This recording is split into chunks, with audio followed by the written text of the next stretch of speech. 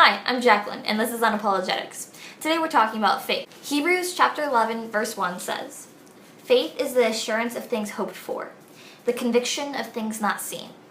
But there's more to it than that. Faith has two components, knowledge and trust. Without knowledge, you're just gullible. And without trust, you make reason into a god. There are more characteristics of faith that we can talk about, though. Faith is a gift from God, freely granted to us upon a request. Faith is necessary for our salvation, because a lack of faith leads to a rejection of God's existence. Faith is a divine invitation to love. As Catholics, we have faith in a God who loves us so much that he died for us. And just as he loved us, he invites us to love him. It is absolutely certain. Faith is the opposite of doubt. Faith is incomplete unless it leads to an act of love. As you grow in faith, your love for God will grow.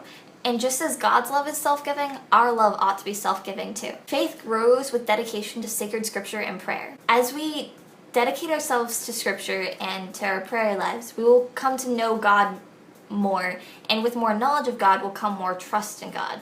And those are the two components of faith. So as each of the components grow, your faith will grow. Faith gives us a foretaste of the joy of heaven.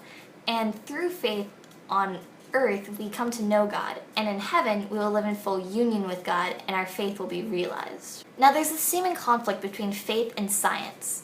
How can creation be as it was in Genesis, but at the same time, the Big Bang Theory? What? But the church teaches that these two can be reconciled because there's only one type of truth. There's not multiple truths in the world.